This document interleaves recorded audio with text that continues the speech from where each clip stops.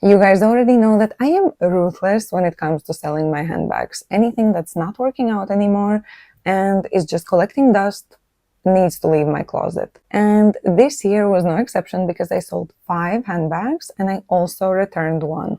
So I'm actually very proud of myself for that because the amount of handbags that I have didn't change this year because I bought 5 bags and I sold 5 bags.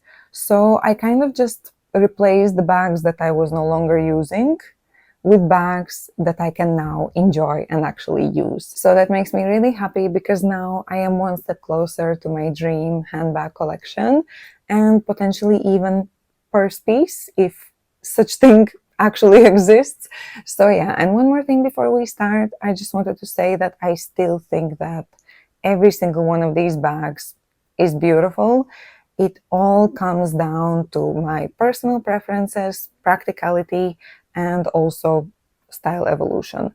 So let's start. Now, if you've seen my Prada handbag collection review video, you may have already noticed that one bag was missing, and it's the Prada Wicker Bag. It's a bag that I had on my wish list for the longest time. I think it was literally years, but unfortunately it wasn't available where I used to live. I wasn't able to get it. No website had it. It was so popular. So as soon as I moved to Barcelona, it was the first bag that I got. Generally speaking, I prefer small bags. So I knew that this was not going to be my most used bag, but that wasn't even the problem. The problem was that it was so bulky, which is why I'd refrain from using it. And then last year I got the Prada Raffia tote bag, and that bag completely replaced the other Prada bag. Another thing that I think is very important to mention is that it's not a very travel-friendly bag. So if you're mainly buying it as like a holiday bag to go on holiday with, it literally takes the whole space in the suitcase. You cannot pack anything else because, once again, it's so bulky. I mean, it's not all bad. This bag also has a lot of pros, and we had some good times together, but it's time to let go. It got replaced. At number 2, we have the Polene IY Bag, and I briefly talked about this bag in my bags I bought in 2023 video, and well, fool me once, shame on you, fool me twice, shame on me.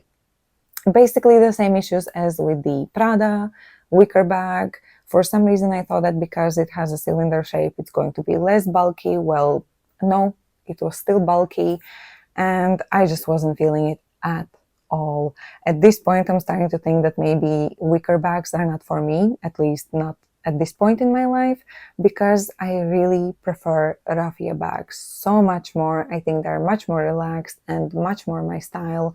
So I'm not completely giving up on wicker bags because it's a bag that I would really love to have, but the perfect one is still out there waiting for me. Unfortunately, I haven't found it just yet. And by the way, my name is Laine. I would really appreciate if you subscribe to my channel because I would love to see you in my next video. And now let's move on to bag number 3. I think that some of you are going to be really disappointed and some of you are going to be like, she came to her senses.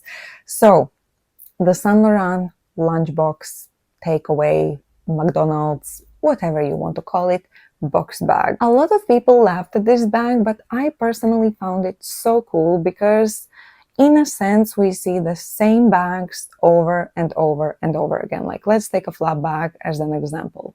You can change the color, you can change the leather, you can make a thicker chain, thinner chain, you can change the flap size, how much it covers, but at the end of the day, it's still a flap bag.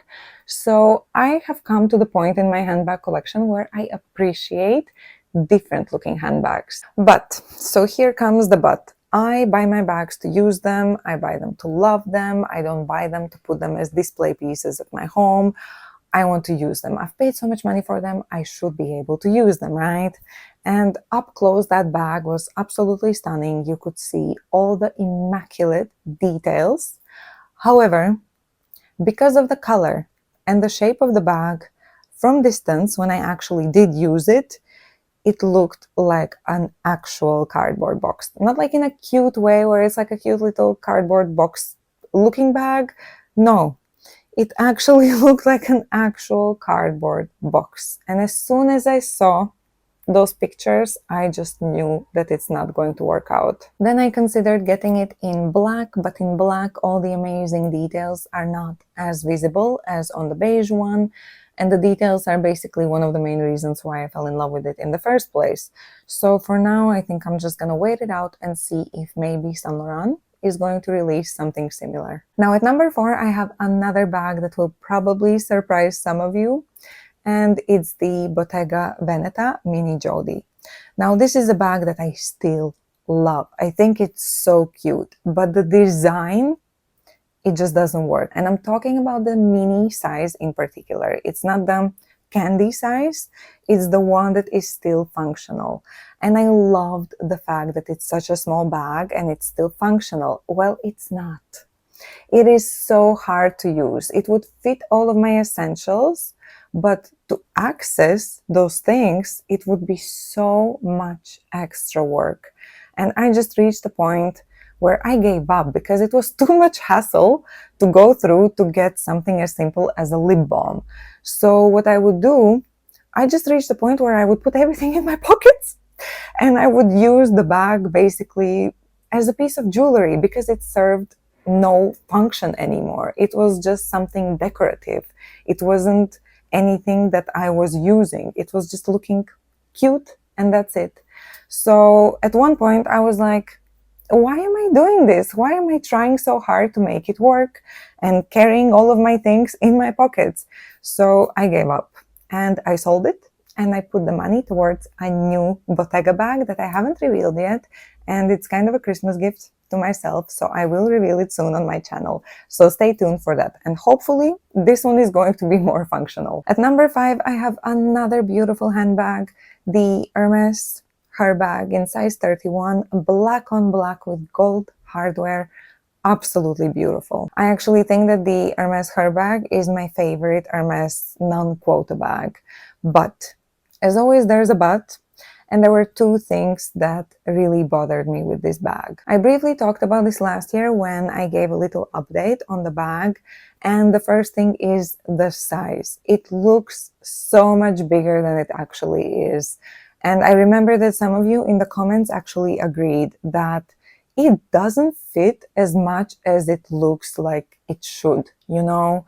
It looks like you should be able to use it as a travel bag, but for me, it barely even fit the purpose as an errand bag. So I was really disappointed with that. But the main thing that really pushed me over the edge and made me sell it was the fact that this bag was basically a lint collector. Any fluff, any hair, any dust, anything ended up on that bag. Like absolutely everything. I don't know how. Probably some of it wasn't even my hair, which is even more disgusting. So how can it be my grab-and-go bag, grab-and-go errand bag, if every time I want to go somewhere, I need to spend 5 minutes with a lint roller just removing all the fluff, you know, because I have pets and I have long hair. So it was just such a hassle. So if you have pets and you're considering this bag, think twice. At least please don't get it in a dark color. Okay, so these are all the bags that I sold this year, but then I have one more that I recently returned, and it's the Alaia Heart bag. I'm probably pronouncing it very wrong. It's the Alaia Heart bag. I feel like I should be pronouncing it much better because I recently watched all seasons of The Boys. Have you seen The Boys? It's so good. It's one of my favorite shows now. If you have seen it, leave me like a purple heart or something so that I know there's other people like me that like crazy shows like that. Anyway, I'm getting distracted. This guy in the series is calling one of his friends mon cœur, like my heart, which is why I thought I would be able to pronounce it much better than I actually can. But so the Alaia Heart bag. Last year, because of Chanel, there was a slight heart-shaped bag trend. Remember, spring, summer, there was the quilted Chanel heart bag that was huge and everyone was talking about. It was definitely one of the biggest bags of the year, but for me, it was a little bit too much. Like with the quilting, with the Chanel, with the heart, like there was so much going on. And then this year, I noticed the Alaia Heart bag, and I think it's so much more elegant, sleek and beautiful. So I kind of immediately fell in love with it, even though I'm not a heart shape type of girl. Then I bought my Alaia ballerina flats, which are white with crystals. So it was one step forward of me getting the bag, because it would be like a cute matchy-matchy situation. And then for the Chanel cruise, I also bought the white tweed sling bags. So that was another pair of shoes that I thought would look very cute with the hard bag, in white in particular. So it was Christmas in the air, everyone was buying presents. So I thought, I'm going to treat myself and buy myself a white Alaia Heart bag. And I was so disappointed when I actually received it. And not because of the quality. The quality, very, very good.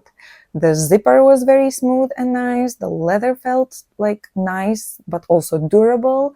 So I liked the quality. But what I didn't expect was the small size, because I had seen girls on TikTok put like everything they need in that bag, but I wasn't even able to put my phone inside of it. And I have the Pro Max, iPhone Pro Max, and it didn't fit. So I was like, what is happening? Why is it so small? Why is mine so small? I thought maybe it's available in a smaller size or something, but no, it's the only size available with the strap. So I don't know. It may have worked as an evening bag, but you know, honestly, even as an evening bag, it just fits a card holder and a lipstick. I need a little bit more. I need some tissues. I need there's some things I need to carry, okay? So it wasn't big enough. It wasn't practical enough. And for that reason, unfortunately, I decided to send it back. And then, of course, there's the question if it's a trend piece. Because if it's a trend piece, I don't want to be selling it a year later. I'm trying to be smart, okay? I'm trying to think like, is this a forever bag? Or is this a bag that I'm going to like for a year? And then when the hard bag trend is over, I'm not going to like it anymore, you know? Trying to be more responsible. So that's it for my video today, guys. Thank you so much for watching. Let me know if you sold any bags this year, and hopefully I will see you in my next video. Bye everyone, stay safe.